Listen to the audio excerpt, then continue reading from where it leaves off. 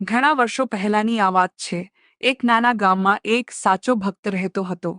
તે માં મેલડીનો પરમ ઉપાસક હતો। તે ગમે તેટલી મુસીબતમાં હોય પણ માનું નામ લેવાનું ક્યારેય ન ભૂલે। પણ કહેવાય છે ને કે ભગવાન પણ હંમેશા સાચા ભક્તની જ કસોટી કરે છે। એ ભક્ત પર અચાનક એક મોટી આફત આવી પડી। તેના પર જૂઠું કલંક ચડાવવામાં આવ્યું અને રાજાના સૈનિકો તેને પકડીને લઈ ગયા। ભક્ત નિર્દોષ હતો, પણ તેની પાસે પોતાની નિર્દોષતા સાબિત કરવાનો કોઈ રસ્તો નહોતો। તેને જેલમાં પૂરવામાં આવ્યો અને સવારે સૂર્ય ઉગે ત્યારે તેને સજા કરવાની જાહેરાત કરવામાં આવી।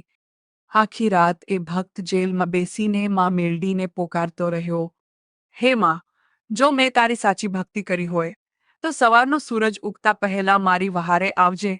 દુનિયા ભલે મને ગુનેગાર માને, પણ તું તો બધું જાણે છે। રાત વીતવા લાગી। જેમ જેમ સવાર નજીક આવતી ગઈ, ભક્તની શ્રદ્ધા વધુ દ્રઢ થતી ગઈ। છેલ્લો પહોર બાકી હતો। આકાશમાં સહેજ લાલાશ દેખાવા લાગી હતી। બરાબર એ જ સમયે ઉગતા પોરના સમયે જેલના દરવાજા આપમેળે ખુલી ગયા અને આખી જેલમાં એક દિવ્ય પ્રકાશ ફેલાઈ ગયો। માં મેલડી એક તેજસ્વી કન્યાના સ્વરૂપે પ્રગટ થયા। તેમણે ભક્તને અભયદાન આપ્યું અને રાજાને સપનામાં જઈને સત્ય જણાવી દીધું।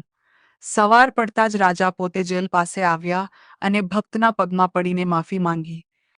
જે સમયે માએ ભક્તની લાજ રાખી એ ઉગતા પહોરનો સવારનો સમય હતો। ત્યારથી માનું નામ ઉગતા પોરની મેલડી પડ્યું। જય ઉગતા પોરની મેલડી।